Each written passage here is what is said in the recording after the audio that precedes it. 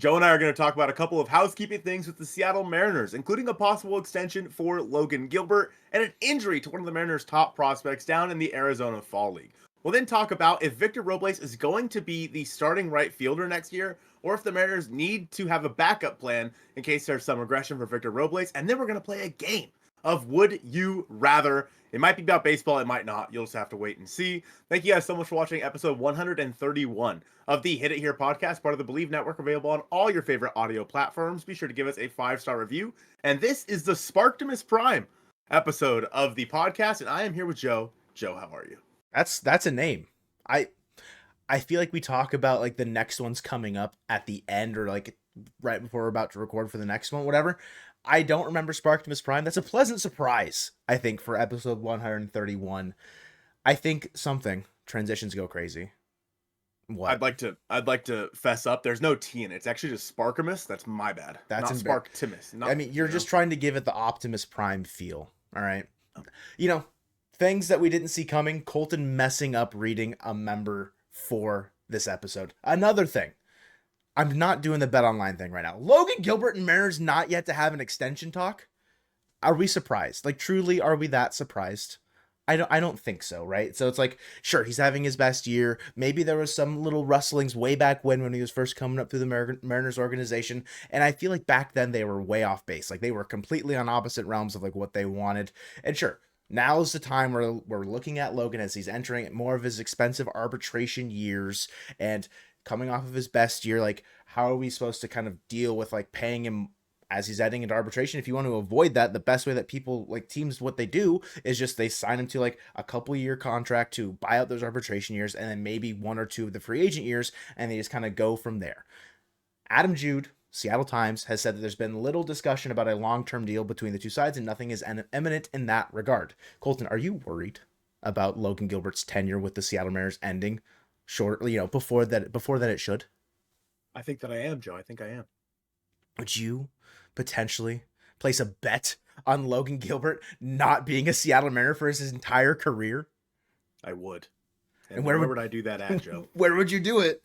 I was going to say you should say it this time.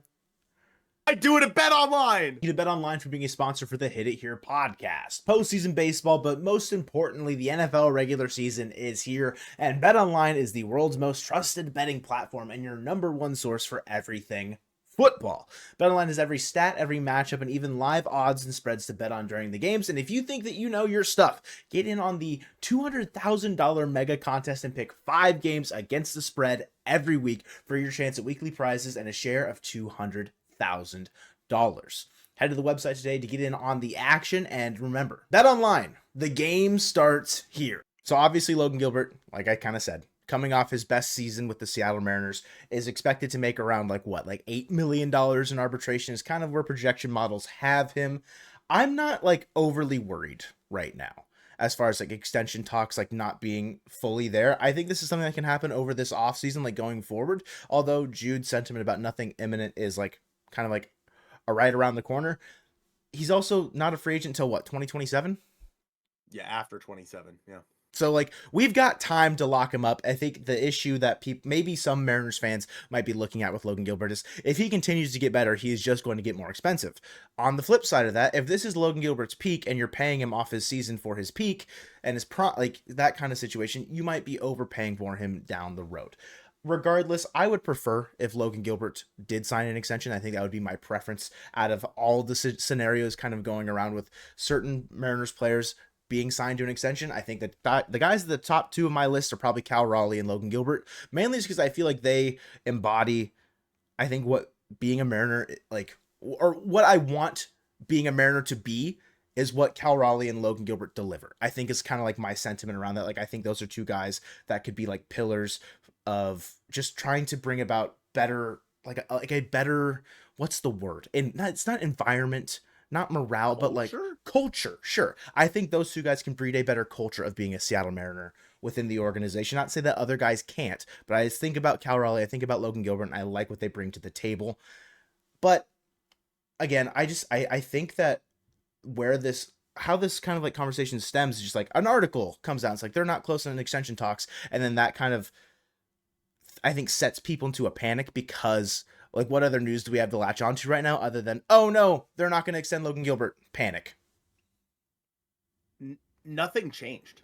Mm-hmm. Like, the article, don't get me wrong, great article by Adam Jude. It means literally nothing. Nothing changed before I read that article and after, because we kind of figured, right? Like, and one thing I do want to point out, and I've talked about this before, but there's a chance that you see the words Logan Gilbert in extension this offseason, but it's just buying out his last 2 years of arbitration. So that's not what Jude is referring to here. He's referring to a longer term buying out free agent years. So just keep that in mind if you do see, because when they go to, instead of going to arbitration, sometimes teams would rather just sign a player to an extension to buy out those years instead of having to do the process multiple times. I Bleav that's what they did with Dylan Moore. And so just keep that in mind. That is a possibility. Because of that, I don't think there's anything to really be worried about here. I mean, Logan, we've talked about before, if anybody is going to sign an extension with this team on the pitching staff, it's going to be Logan Gilbert. And I think that waiting until into next season or even into next offseason is probably the right move. And because at that point, it's like, okay, like, if he doesn't sign an extension, like, do you trade him? Like, Yeah. I think that that's a realistic possibility. Where if you get into 2026 and he doesn't want to sign an extension, you trade him. You trade him by the deadline that year. You get a year and a half of a pitcher in Logan Gilbert. The Mariners could probably get something pretty nice back as long as he's been healthy and still performing. But I just don't think the time for that is now. I think there's still so many other avenues the Mariners need to take care of right now, especially the offense. And if I'm Logan Gilbert, why would I want to sign an extension with you right now? Because I don't know what the hell's going on with this team. Like, I don't know where we're going to go offensively. So honestly, the lack of contract extension means literally nothing to me. You're talking about offensive, like, reinforcements, like how that can really impact maybe the pitching side of things and wanting them wanting to stay because they'll have a complete team to pitch and like be a part of. A guy that I mean, maybe me more so than you, but I think a lot of people have penciled in as like a potential cornerstone for the future, Cole Young, second baseman. Okay, he's going to break the curse of the free agent, the trade, whatever second baseman thing that I am fully convinced is now a thing. He's obviously been the top Mariners prospect. He's now the second because Colt Emerson's just Timothy. He's been in the Arizona Fall League, but Colton, some bad news. Yeah, so he was apparently, this was news to me. I didn't even see it. Removed from the Fall League with some sort of wrist injury. I don't think it really said in the article. Did it just said a wrist injury? It didn't really say how bad it was. Wrist discomfort and issue dating back Yeah. to the regular season. So it's like, it seems like it's just something that's lingering and it's not like this big glaring of an issue, because if he played through it the entirety of 2024 and he still put up like a pretty solid season, like Double-A, one of the youngest hitters in Double-A, a hard stadium to hit in Arkansas, still put up a 119 WRC plus. Obviously, like, it's not like crazy like his 2023 season where he was in Everett and he had a 142 WRC plus, but strikeout percentage didn't go. I mean, it kind of stayed around the same. It was 15.8% compared to 16.5%. The thing that I think you might be able to point to as like where you might see some of the fall off could be from like if there's any like drop in like slug or a drop in like isolated like his slugging between 2023 and 2024 did drop about 80 points, and maybe that's where a slight injury like wrist injury could come into effect because of not being able to put as much behind the swing. But the article that this stems from is literally like saying like contact is preferable to power. Like, you want the Mariners to bring about a more contact driven guy compared to a power guy that's going to have holes in swings. Like, you want a guy that's going to be able to put the ball in play more, because that's clearly what this offense has been lacking. But with him not being able to get more reps in the Arizona Fall League, I don't think it was as necessary to say like as Colt Emerson. I almost said Colt Young. That's going to be a problem for years. As Colt Emerson, since he missed a lot of his season due to injuries during the regular season, I think that, I mean, Young played in 124 games. He got 552 plate appearances. I don't think him missing the Arizona Fall League is as big of a deal. I just hope this wrist injury is not something that continues to persist for a long period of time. Yeah, it's all precautionary, in my opinion. It's the fact they don't want him to make it worse. They want him to go home and rest it, because, of course, there is the possibility that he could be the starting second baseman next year. It's a long shot, but it's possible. They would rather have him be ready for spring training and going into a big season instead of the Arizona Fall League, which, all things considered, doesn't matter. I Bleav I might be wrong on this. I Bleav Harry Ford was pulled out last year from the Arizona Fall League for an injury of some kind. I might be wrong on that, but in 2024 he played in 124 games. He played in 123. Oh, sorry, 126 in 2023. So it's not like he played a lot less than he did prior. Like it's not like the wrist injury hampered him so much that he was out of the lineup all the time. It's just something that's nagging. It's something that he needs to get taken care of. I don't know. Again, we don't know the extent of the injury. Also, you talked a little bit about like his power, whatnot being sapped from it. In the article, I Bleav they mentioned that he had added a bit more bulk to Yeah. his body, and added a little bit, hoping to add more power that way. So it's just like something to note there that he added more bulk, but like power numbers were down. He only had 9 home runs this year compared to 11 last year. Obviously between low A and high A compared to double A, so a little bit different there. Obviously, and again with the slugging, he was playing in a bigger ballpark. So plenty of other reasons or other factors going into all this stuff, but just something to note. Yeah, it's a wrist injury. We don't know the extent of it yet. It could be something as so much as like he sprained it and he just needs a couple weeks off, or it could be something as like he needs to maybe have like an arthroscopic surgery or something like that to get something repaired this offseason. The good news is they know that now instead of in March. So I think that's what really matters, Joe. Going forward for the offense for this team, Victor Robles was a big part of it in 2024, but we've seen throughout his career that he has not always been that guy. He really burst onto the scene with the Mariners when he joined the team, and because of that, a lot of people are penciling him in as the starting right fielder in 2025. But what do we do in a scenario if he is injured or if he regresses? Because I feel like both are very, very possible. He's dealt with plenty of injuries in the past, and he has not always been this guy. This has been something that I've been seeing going around on Twitter a lot recently. Yeah, Victor was great for the 75 games the Mariners had him, but like, is he going to regress at all? And if he does, the Mariners have to have a plan B. Is that just Luke Raley to you? I think within house and guys that are of major league caliber readiness, I would say yes, it should just be Luke Raley.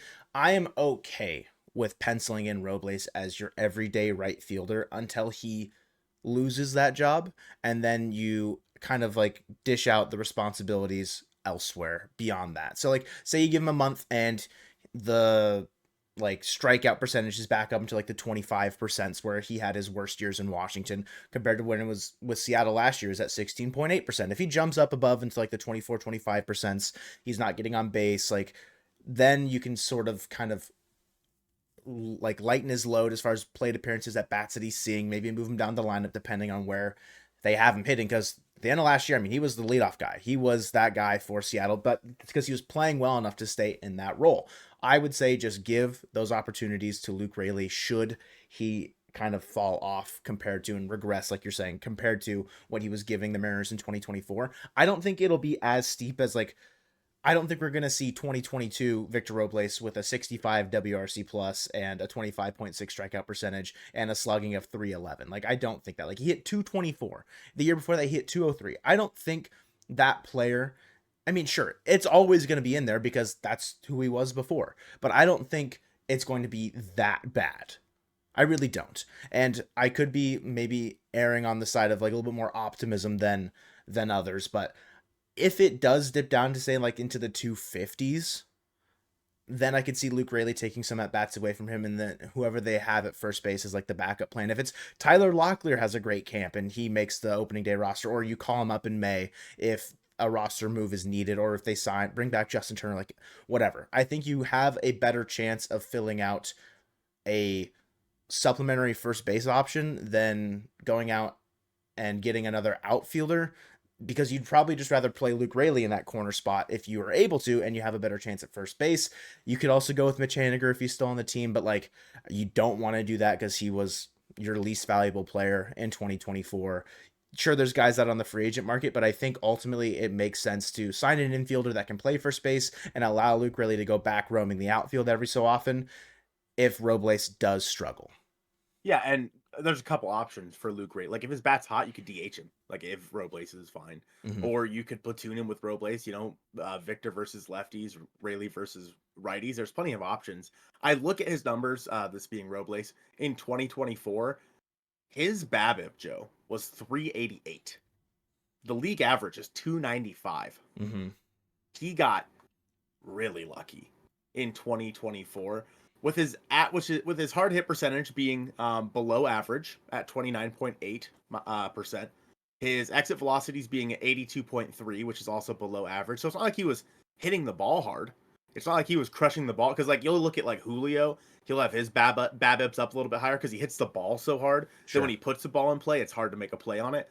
That wasn't the case for Victor. His speed definitely plays a role in that. A lot of infield base hits for Victor Robles definitely plays a role in that. But I just look, that number scares me because it's literally almost 100 points higher than the league average, and it is obviously the highest of his career. Yeah. Um, You mean you look across like his most successful seasons. 2018, obviously just in 66 plate appearances in 21 games, a 311 BABIP, a 131 WRC plus. 2023 is a season you point to a lot for Robles of like he was okay with the Nationals in 2023. Sure, it was limited time, 36 games, 126 plate appearances, a 360 BABIP. So like I think that can be a telltale like a cautionary tale of his success going forward is like if his BABIP starts to dip below 300 where you see some of his worst seasons, it could spell disaster for Robles and his production.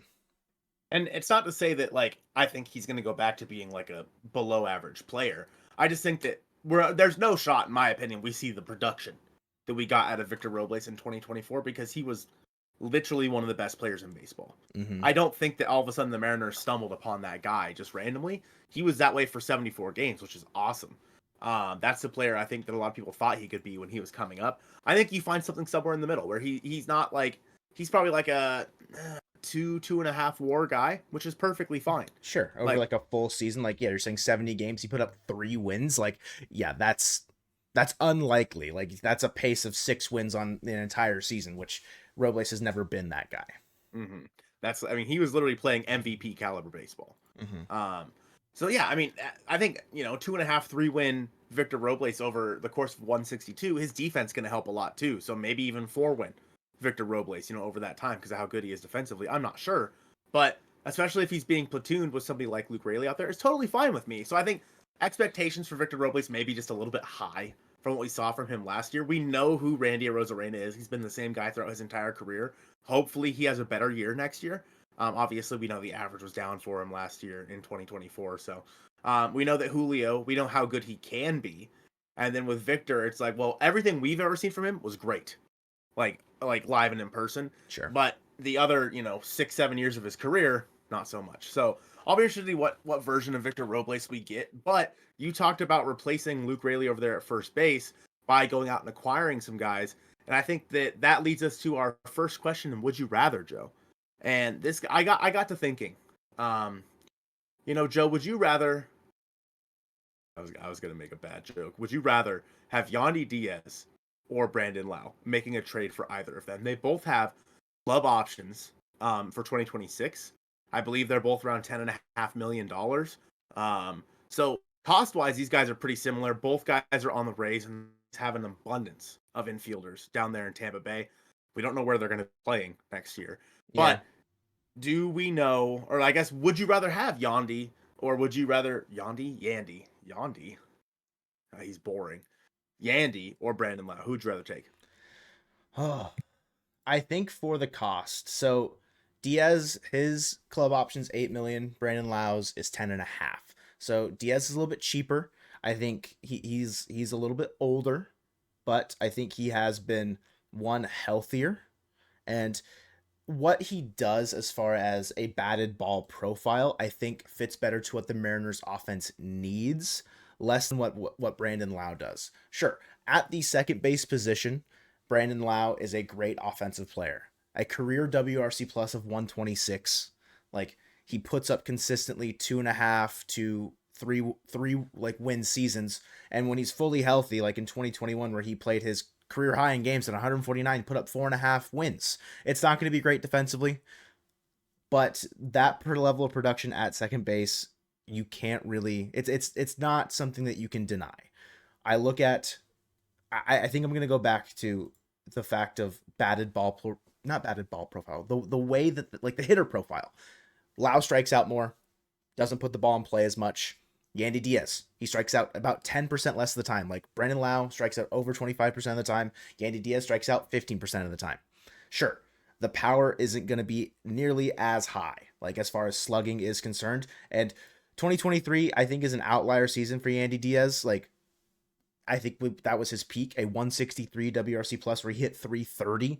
Like, I think where he finished last year, a 281, 341, 414 slug. Like that's his slash line, a 120 WRC plus. That's where I see Yandy Diaz kind of going forward. Maybe a little bit higher in the average you could see, but yeah, the slugging, I'm not super concerned about it just because I'd rather a guy that puts the ball in play more than, especially at the cost. So I would say like in a this or that situation, the would you rather, I am taking Yandy Diaz. And I think, I don't know if it'd be cheaper to get him just because there's going to be a lot of like contributing factors. I think first base, it's not like, is it a cheaper position to acquire? Potentially, but also he's healthier versus like Brandon Lowe. He's not always healthy. So like it kind of depends. Where are you at with Brandon Lowe versus Yandy Diaz? I was Brandon Lowe, but I think you talked me out of it. Okay. I think that with what you're saying, yeah, I mean, Brandon Lowe, I think he's always had back problems, which is very scary, especially for a guy playing second base. Like I could easily see him being relegated to like first base or DH. Sure. Like because of all the back issues. Um a guy who's only played in over 110 games once in 7 years, that just doesn't work for me. The hard part is I don't know where you go get better production at second base next year. Where you go find someone that is a better, and we might talk about one here later in our would you rather, but I think that a 125 career OPS plus guy, but he plays in maybe 100 games. Like the pros and cons of that.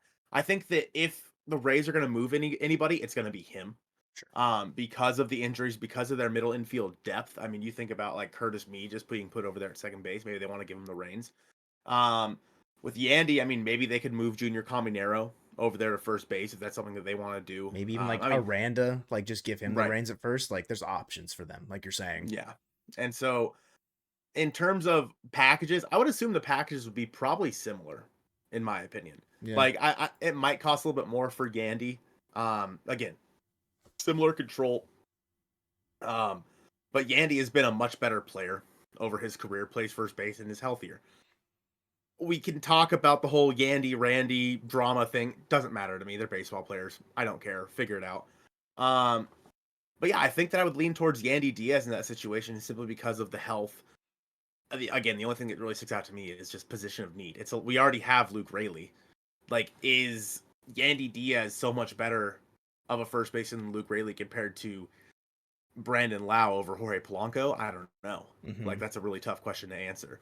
But moving on now, Joe, we're going to go to the Cubs, which is one that you brought up here.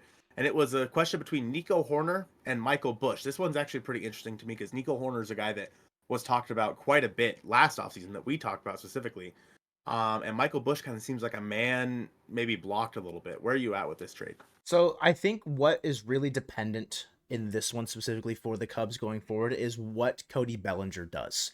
If Bellinger comes back, I think they can move Michael Busch very easily because then you just put Bellinger at first base and you let Ian Happ play left, you let PCA play center, and then you can do Seiya Suzuki or Mike Tauchman out in right field. And then you can just have Bellinger play first base. If Bellinger doesn't come back, I think they probably stay kind of like down pat with Michael Busch and would prefer to not move him.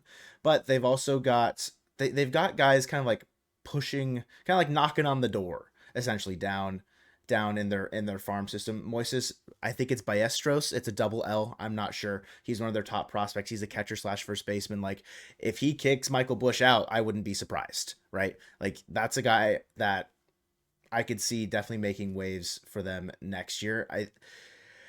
I think also like Matt Shaw. I believe he's a third base prospect. He might be able to. I don't know. I don't know if he's third base or second base. It could be a similar situation, say like Jordan Westberg, where you can play both of them.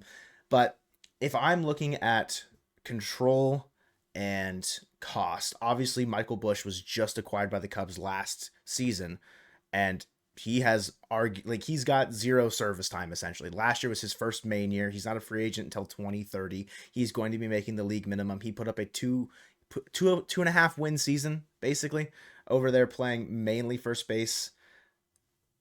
119 WRC plus. Again, these situations I think are very similar. You're looking at a guy who has a lot more power in Michael Busch and Brandon Lowe compared to a guy that has a little bit more contact and maybe a little bit more pedigree as far as like playing every single year. Of course, Nico Hoerner, the more expensive one in this situation, getting, I think, like around 11 and a half next year and the year after that, something like that. Won't be a free agent until 2027. Not as like boisterous of a like offensive profile. A 104 WRC plus in 2023, a 103 WRC plus in 2024, but both seasons he played over 150 games. Hit 283 in 2023, hit 273 in 2024, both like a 3.9 WAR last year. Like this is a prototypical, like I think mid 2000s second baseman where he's either hitting ninth or he's hitting second and he just slaps the ball. That's what I feel like I see in Nico Hoerner. He doesn't strike out, literally 10% strikeout rate last year. I'm taking Nico Hoerner in this situation and plugging him in at second base. He can be, if Robles struggles, he can be your leadoff guy if you absolutely need him to. He swipes a decent amount of bags, 31. I say decent, like that's pretty good. That's not decent, that's good, right? 43 in the year prior. Sure, he's getting closer to 30. He's going to be 28 next year, but it's not like it's not in the similar conversation of like Lowe and Diaz, where Lau's 30, Diaz is 33. Like both these guys are on the younger side, and I think would be more expensive as far as acquiring in a would you rather type situation. I'm taking Nico Hoerner every day of the week, I think, in this situation. Yeah, it's tough to say which one would be more expensive because I don't think that the needs like are similar to the Rays, where you could probably get either Yandy or Brandon Lowe for a very similar package. Like I think the packages could be different here because Michael Busch has all. I mean, what was the trade they got him in? It was oh god, what trade was that? I'm just asking you off the rip here. No one knows. I'll keep talking. Nico Hoerner, like you said, strikes out 10% of the time. Michael Busch struck out in 29% of the time and 33% the year prior to that, obviously in very limited plate appearances. But what the Mariners don't necessarily need a guy like Michael Busch to go out there and hit 30 home runs for him, but strike out 162 times. That's not what they necessarily. Don't get me wrong. They should go out and get power this offseason. They need it. But they need a guy who can put the ball in play. That Nico Hoerner, like you said, his profile is very similar to that of Victor Robles. In terms now, much lower slug than Victor. I think Victor hit a lot more doubles in 2024, or just like extra base hits in general. But I look at Nico Hoerner as a guy who 31 stolen bags, 273, 335, 373, good for a 101 OPS plus.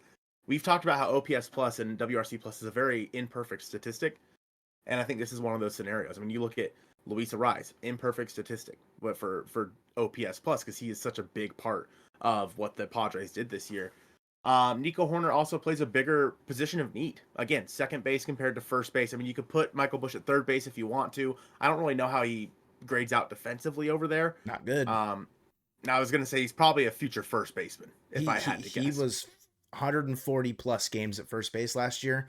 Third base like once or twice. That was like more so in the Dodger system where they were trying to figure out where he would go, and defense never was on his side, and then he kind of got relegated to first base. It was a Jackson Ferris and Zaire Hope deal that the Dodgers got for Busch and then Yency Almonte going back to the Cubs. So this must have been like a roster crunch or something like that. I mean, Busch was out of a position. He was blocked. They wanted to get him off the team while he still had a value because he wasn't going to play second base over Gavin Lux. He's not going to play first base over Freddie Freeman, and DH, like, they just signed the $700 million man in Shohei Ohtani. So there just wasn't a spot for Busch on the Dodgers roster. Yeah, and Nico Hoerner won a Gold Glove in 2024 or 2023. So it's like, in my opinion, obviously Hoerner costs more. You only have him for 2 years compared to like the 5 or 6 you'd have for Michael Busch. But for me and for where the Mariners window is right now, Nico Hoerner, even though you're paying him extra money in that deal, and maybe he's cheaper because of that. Maybe they want to get the money off the books, and maybe he's cheaper because he's owed, $23 million over the next 2 years. I don't know. But because of that, I think I go with Michael Busch in that scenario, which brings us to our last Would You Rather, Joe. And this is another one that you came up with. Which one do you want to go with?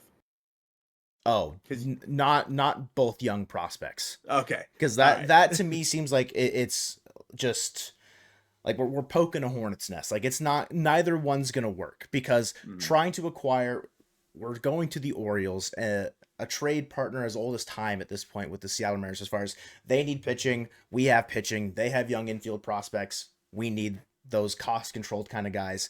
The positions that we're looking at across all three of these trades are the Is it technically the right side of the infield because we're looking at it from home plate? Is that how that works? Yep. Okay. Yep. First base and second base. Okay. Jordan Westburg. He can also play third base, so it's a little bit of a caveat. I kind of name dropped him earlier as like a foreshadowing type thing.